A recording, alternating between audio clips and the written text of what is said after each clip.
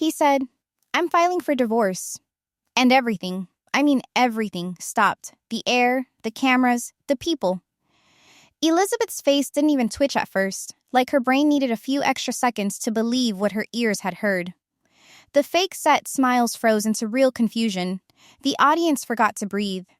The host tried to stay neutral, but her eyes screamed, did this man just nuke their marriage now?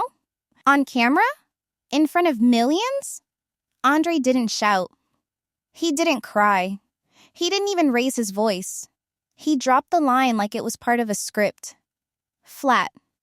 Unemotional. Practiced. The camera locked on Elizabeth, still processing. You could literally see her smile collapse in slow motion, like her body knew something big fell apart. But her brain hadn't caught up yet. That was the moment the reunion stopped being entertainment. It turned into a real-time, emotional wreck. This is Oliva, and welcome to Reality Sport, the only place where we pause, rewind, and call out the quiet manipulations hiding in plain sight. If you're as stunned as we are, hit that subscribe and jump in the comments right now. I'm warning you, it gets messier from here. Now, back to the moment. The word divorce isn't some casual flex. It's a line you don't say unless you mean business. But here's the trick. Andrei didn't say it as a last resort. He said it like the final punchline to a joke only he was in on. He wasn't emotional. He was in control. That's what made it so chilling. It didn't feel like an argument that exploded. It felt like a performance that finally peaked. One that maybe had been rehearsed. Andrei didn't detonate out of nowhere. He waited until the lighting was right, until the moment was live, until the pain would hit maximum visibility. Elizabeth, for a few seconds, didn't move.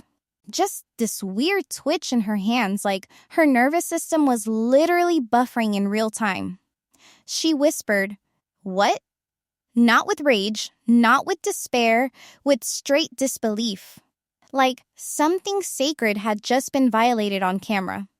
Not the marriage, but the mutual understanding that there's a difference between fighting and full-on public humiliation.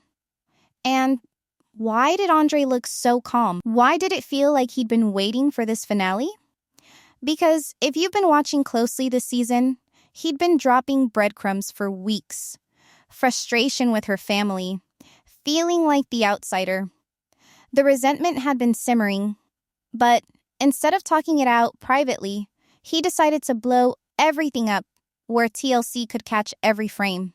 Elizabeth wasn't the only person in shock. Even the production team froze.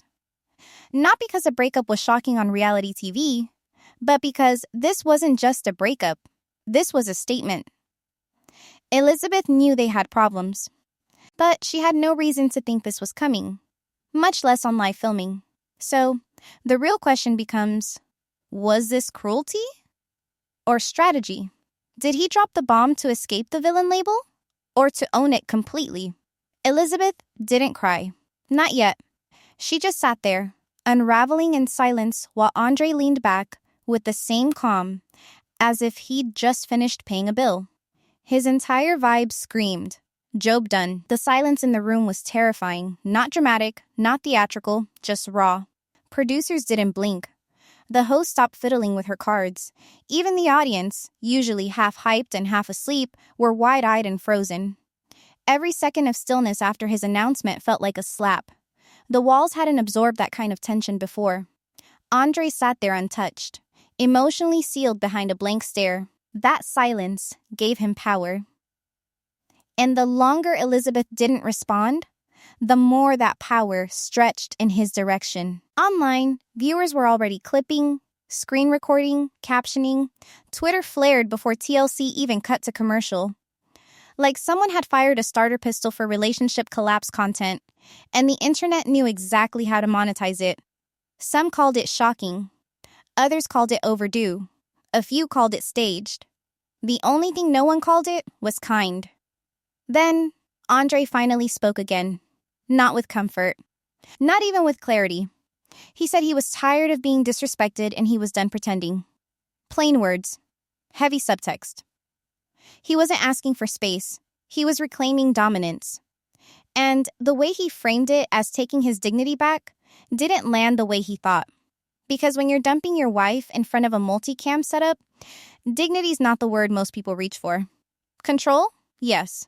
Payback? Possibly. But dignity? That ship sailed the moment the crew gasped.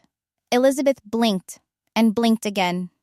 Her hand started shaking as she tried to speak. But before any words formed, the camera caught something else. Joy reaching for Yara's hand under the table. Quickly, like he didn't want anyone to see it. But she moved her fingers. Flexed them. Stiff posture. Not returning the touch. That throwaway detail lit up the internet faster than Andrei's divorce line. Why was she pulling away? Why wasn't she meeting his eyes? The host tried to redirect, gently, like someone throwing a life raft into a hurricane. But the camera had already caught too much. Yara's lips tightened. Joy started rubbing the side of his face nervously. He knew it too. You could tell. This wasn't just a table-breaking breakup, it was a trigger. And suddenly, the real stage wasn't just Elizabeth and Andrei. Every couple started glitching. Every silence between them felt louder. The whole studio shifted. Because once one relationship bloodied the floor, everyone else's looked exposed. This wasn't just a divorce. It was an audition to rewrite the villain arc, live in front of millions. Andrei wasn't finished. It wasn't enough to detonate his own marriage on stage.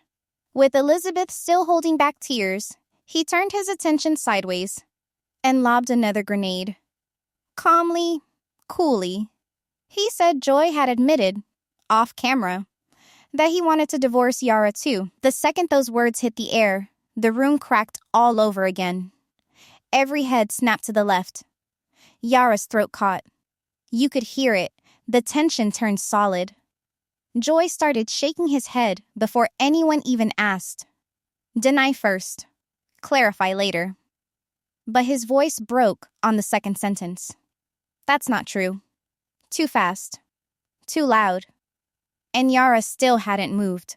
She was staring at him, blinking like someone doing the mental math on how much they'd ignored.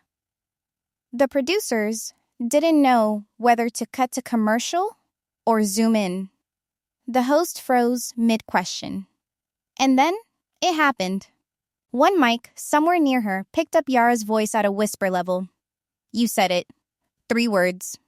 Game over. She didn't accuse. She remembered. She recalled it softly, like a memory she had tried to push down, and it came back under the heat of betrayal. Joy's mouth opened, then shut. The spin cycle had no setting for that. His eyes darted around, looking for anyone who'd come save him with a redirect. But nothing came. Andrei had passed the fire, and now a second relationship was burning alive on set. The studio's energy flipped from shocked to disoriented. The cast started shifting uncomfortably in their seats. The production crew backstage scrambled, arguing over the control feed. Someone whispered, "Cut the shot." Someone else said, "Keep it rolling." Every second they hesitated, the chaos grew louder. What made it worse, what made it messy, wasn't the accusation. It was the silence that followed. Yara didn't scream or storm off. She didn't throw water. She just slowly closed in on herself like someone folding into real-time heartbreak. And fans at home were already recording her every blink, uploading them with captions like, "This is the moment she realized it was all true." Seconds later, they cut to backstage, but even that wasn't any calmer. Crew rushed in all directions, trying to get ahead of what was already live. Somebody shouted orders about camera angles. Another PA asked if Yara needed water. She sat silent. Joy leaned toward her, and she leaned back. That pullback hit harder than anything Andrei had said. This taping was supposed to button up loose ends. Instead, it's unraveling live. And fans watching knew where the edit would try to soften what couldn't be softened. So the question is, did Joy lie? Or had Yara been low-key crying for help the entire season, and we all missed it? While the stage soaked in the heat of two collapsing marriages, backstage caught fire on its own. The cameras were still focused on Yara and Joy, but crew members started noticing something strange down the hallway. Raised voices, a pacing shadow behind the dressing room curtain, a producer frozen between feeds, unsure where to send the boom mic. Then, suddenly, one of the show's oldest non-romantic bonds snapped right off camera. Elizabeth had slipped backstage, mascara streaked, still trying to make sense of the blast Andrei had dropped earlier.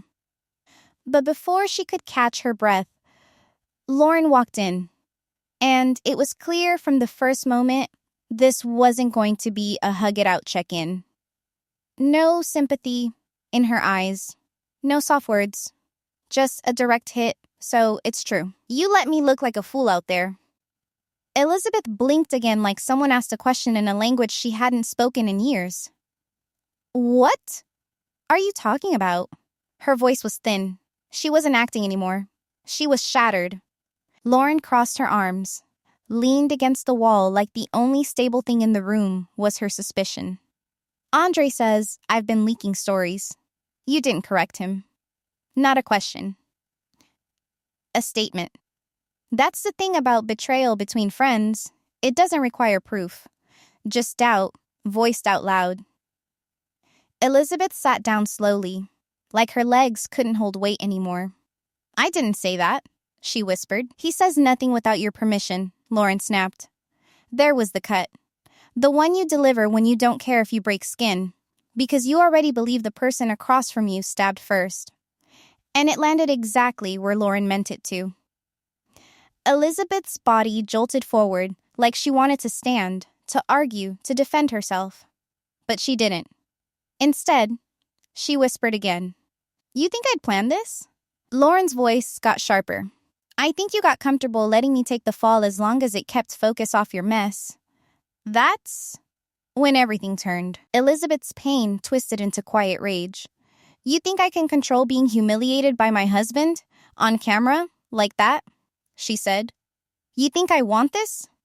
Lauren didn't blink. I think you got addicted to what comes after. That stopped the entire room.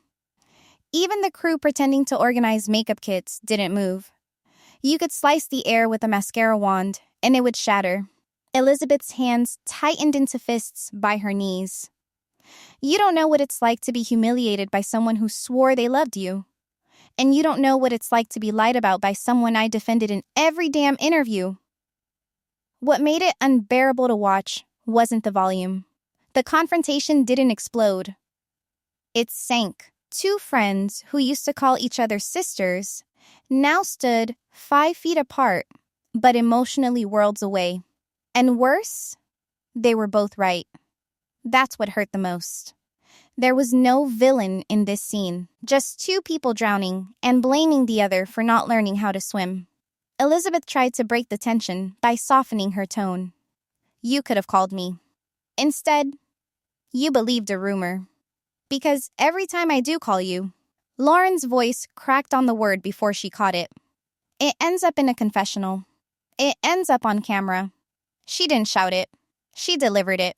Like someone who's collected this receipt for months and only now had the courage to hand it over. Elizabeth stood, barely. You think this is a performance? Lauren responded instantly. No. I think your life is the performance. Silence again. Except for a producer in the hallway, whispering to another, don't cut. This is real. Elizabeth's next words were thinner now. Fragile. You think I asked for any of this? Lauren didn't answer. Her silence was an answer. She paused for a second, maybe softening, maybe remembering a version of this friendship before it broke. But then she added, quieter, more painful. I think you care more about being relevant than being real. Elizabeth backed toward the couch and sat down roughly, as if her knees didn't trust the floor anymore. I let you stay at my house. I helped you when nobody else did, and you threw me under the bus the second you needed a headline. The symmetry of that line would have impressed anybody if the timing weren't so brutal. They stood across from each other, exhausted but unsatisfied. No catharsis, no apology, no hug. Just the end of something that had mattered. Crumpled under spotlight trauma, off-camera pressure, and maybe, even worse, audience betrayal. You could tell both of them had been waiting to speak like this. But they hadn't expected this to be the last conversation. Lauren turned toward the door. Her voice softened, but she didn't hesitate. You don't have friends left, Liz. Not after tonight. She almost left then, but not before planting the final knife. I used to think you were real. She was gone before Elizabeth had the strength to cry again. The door closed. The camera stayed rolling from down the hallway. Behind every scream on stage was a whisper behind the scenes, and both were being filmed. Natalie walked onto the stage like she owned it, head high, makeup flawless, and a new nose glinting under studio lights so bright, you'd think a spotlight had been surgically installed just for her entrance. For 1 second, nobody said a word. Even Andrei stopped mid-sentence. It wasn't shock. It was confusion. A familiar face no longer looked familiar. The structure was the same, but the softness, the emotion, the unfiltered nerve, gone. Replaced with precision. Perfection. Silence. She smiled, but her eyes didn't. That's when everyone knew this wasn't a glow-up. This was armor. Within minutes, social media had side-by-side comparisons plastered everywhere. Old interviews. New stills. Every caption was the same question in different fonts. Is she okay? Some praised her. Others clutched their phones like they were watching a disappearance in real time. The hashtag wasn't just about her name. It was about identity, transformation, exhaustion, and honestly, fear. Natalie didn't flinch at the coverage. Or, better said, she didn't show. She waved to the audience with a calm so calculated it felt more mannequin than human. But if you looked closely, her knuckles were slightly white, where her hands clasped in her lap. Subconscious microtells betrayed the silence. That's what made this moment so wild. She was trying so hard to project power, and yet, something in her still looked scared. The host gently welcomed her back. Natalie answered politely, a few words. Smiles built for freeze-frame moments. But no warmth. That signature, unpredictable fire she used to walk in with? Gone. No emotional whiplash this time. Instead, she brought posture. Control. Practiced serenity that looked good on camera, but made real humans stiffen in their seats. She'd said publicly that she felt more confident now. That the surgery was for her. A reset. A way to turn the page after the mess with Josh. But insiders whispered something very different. That the new boyfriend loved polished women. That he was private, loaded, and deeply invested in Natalie's image. Allegedly, it was his voice she started echoing. The comments she repeated about fixing her face, her jawline, the lines around her mouth. The crew had seen it before, cast members shaping themselves around someone who might leave. What they hadn't seen was someone do it so publicly, so repeatedly, and still call it confidence. Natalie wasn't seeking sympathy. She wasn't even asking for understanding. What she subtly demanded was validation. Every outfit, every angle, every pose, she needed it to land perfectly. Because it wasn't really for her. It was for the algorithm, for the fans, for the clicks that told her she mattered. Which is exactly why this comeback felt less like empowerment and more like survival mode turned into content. You could see in Natalie's interviews that she was choosing her words slowly now. No messy outbursts, no triggered rants. She spoke like someone who didn't trust herself to get emotional, as if real feelings made her unsafe. Like crying might shift the spotlight away, and without the spotlight, what was left of her? Not a villain, not a victim, just someone who got edited out. Backstage? Different story. Natalie avoided mirrors between segments. She tugged at her sleeves more. She tapped her phone every couple of minutes. Checking likes? Possibly. Checking text threads? Maybe. Checking her reflection through the camera app? Probably too often to ignore. And that's the problem production noticed. This wasn't confidence reinforced by self-belief. This was confidence fueled by feedback. Unless people were telling her she looked better, she didn't breathe the same. If praise came in, her shoulders relaxed. If comments slowed down, her vibe tightened again. Crew members saw her mood swing and sink with online notifications. And when her feed went quiet during lunch break, she posted a filtered selfie with the caption, "Growing every day."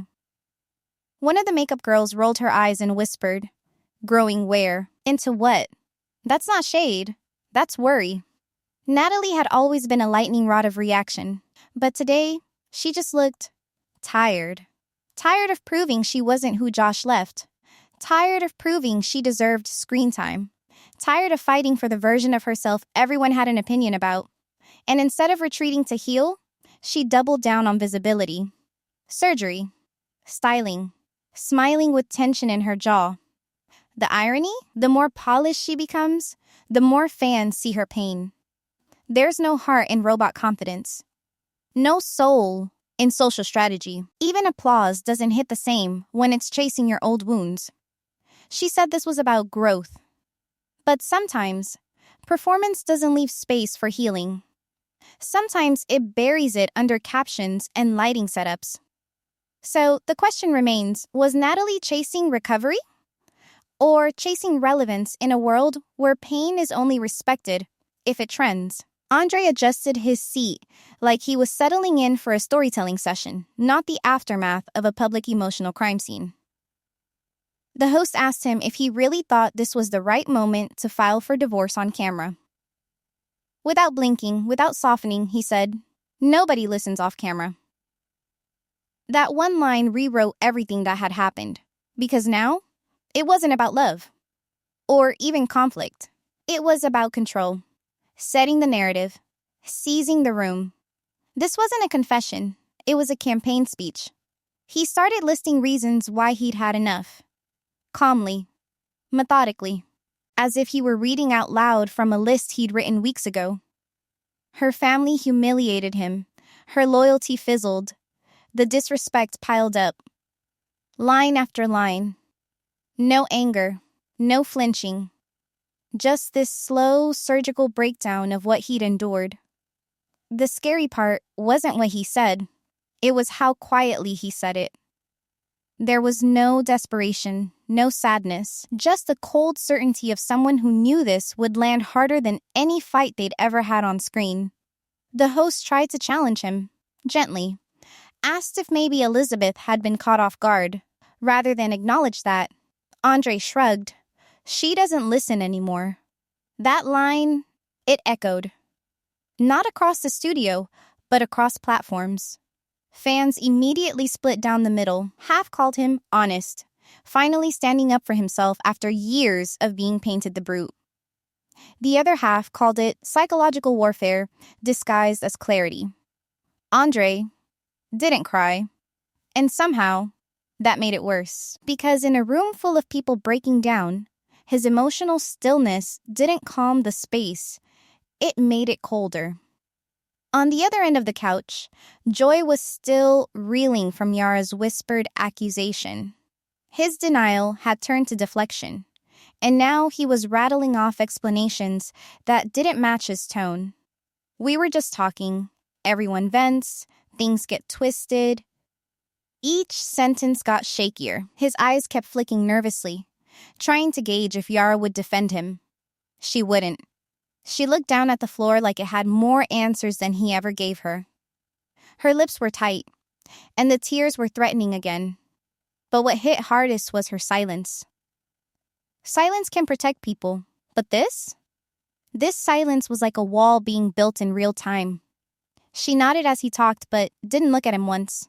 Her body was still on that couch, but emotionally? She'd left the chat an hour ago, maybe a season ago. Lauren, still backstage, refused to return. Word was she told a producer, "There's nothing left to clean up." And honestly, She wasn't wrong. Her friendship with Elizabeth had been the only real outside of romance dynamic this show had. And now, it was gone too. Not forgotten. Not paused. Ended. And Elizabeth? She'd crumbled into a version of herself no one had ever seen before. Head down, fingers twitching, barely making eye contact with anyone. She didn't defend herself. She didn't lash out. She didn't even beg Andrei to stop. And that's what crushed fans the most. Her silence wasn't strength. It wasn't maturity. It was numbness. This wasn't a woman picking her battles. This was a woman who finally realized her voice didn't matter when someone else decided her identity for her. That moment broke something. Not just in her, but in the entire tone of the show. The audience didn't cheer. The cast didn't comment. Even Angela, who talks through earthquakes, stayed quiet. Nobody knew who to pity anymore, because everyone looked gutted. Social media was a full-blown war zone. Team Andrei versus Team Elizabeth versus Team Why Are We Watching This Again? Even the fans began questioning their role in all of it, because Andrei's explanation, no matter how structured, felt more like a TED Talk than a breakdown. And somewhere along the way, the show turned into a masterclass on narrating pain as content. Meanwhile, Yara's heartbreak wasn't even the focus anymore. She had let one tear roll quietly down her cheek while Andrei kept monologuing. No one acknowledged her. Joy offered her a tissue. She waved it off. The small rejection hit like a slap. Not because it was cruel, but because it was so practiced. Like she'd been here before. What made things even messier was that Andrei's version of truth started catching on. People online began reciting his lines like quotes. I'm done protecting people who destroy me. She doesn't listen anymore. It didn't even matter if it was accurate anymore. That's how narrative works in reality TV. Win the room, and the facts get blurry fast. The host tried again to thread emotional balance into the moment. Andrei, do you understand what this did to her? She asked softly. There was a pause. A long, thick one. Then he said, maybe now she'll hear me. And that was it. There it was. No remorse, no empathy, just confirmation that this wasn't about healing. It was about being heard louder than her. Even if it meant breaking her right in front of her peers, her audience, her family. When pain becomes proof of loyalty, every tear risks being weaponized. Somewhere off stage, behind the thick curtains and still hot lights, a group of producers stood in a corner whispering, not plotting, weighing. Should they stop filming? Should they cut? Should someone step in? Because what was happening wasn't dramatic anymore, it was disturbing. One PA said they were pushing too far. Another said they'd never seen Elizabeth this quiet. A sound engineer pulled off his headset and muttered, "This isn't even good TV. This is a breakdown." The senior producer barely blinked. We're still live. Boom mics hovered just inches from faces that looked like they were about to split under emotion. The cameras weren't chasing stories anymore. They were waiting for collapse. Not because it was thrilling, but because the numbers were jumping, second by second. The hashtag had already climbed to number 2 in the country.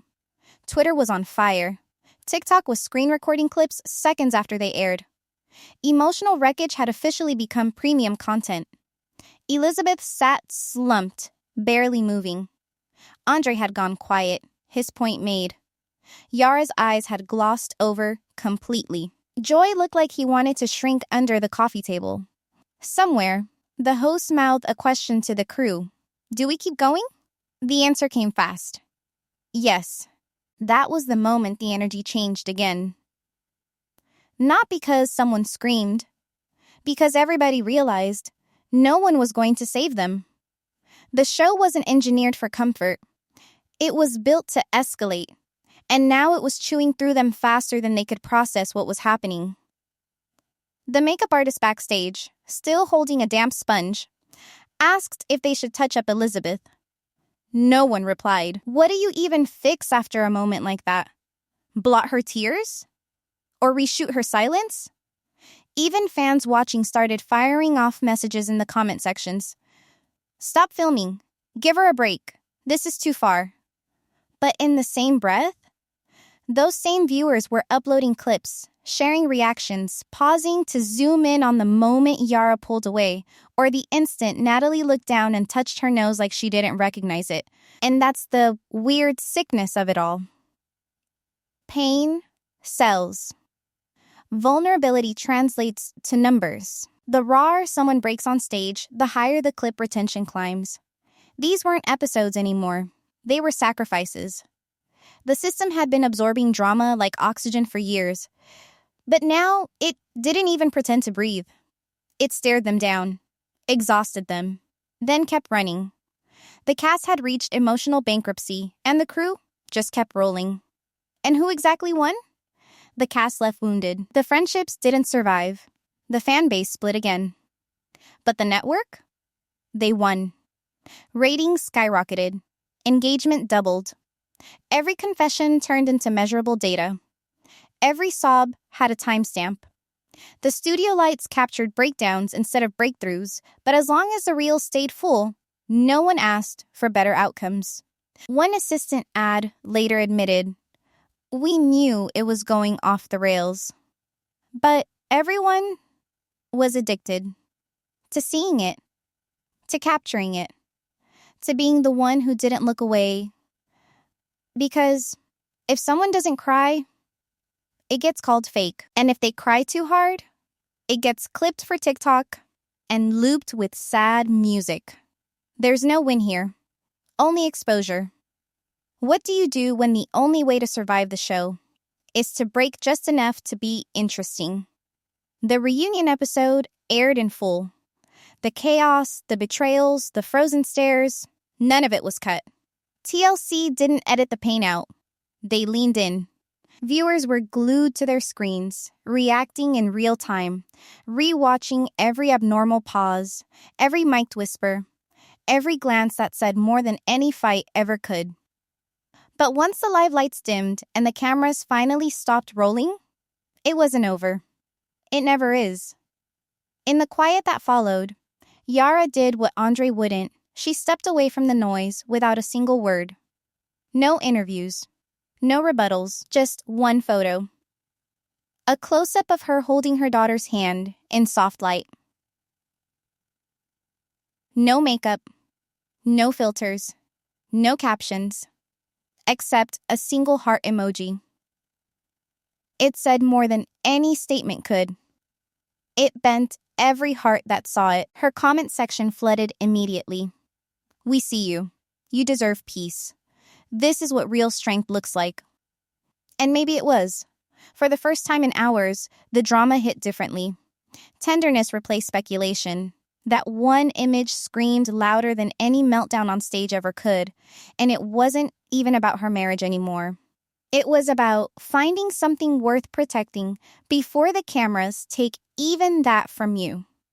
Andrei, on the other hand, logged onto Instagram the same week in full beast mode. Literally. Shirtless workout selfies hit his stories within 48 hours. Underneath? Motivational quotes about finding strength, cutting toxicity, living your truth. No mention of Elizabeth, not even a line acknowledging the fallout that turned her life to dust in front of strangers. But that's the thing with Andrei. He didn't need to say anything directly. His silence was a statement. The message was clear: I'm fine. I'm winning. I'm moving on. And as always, half the comments praised him.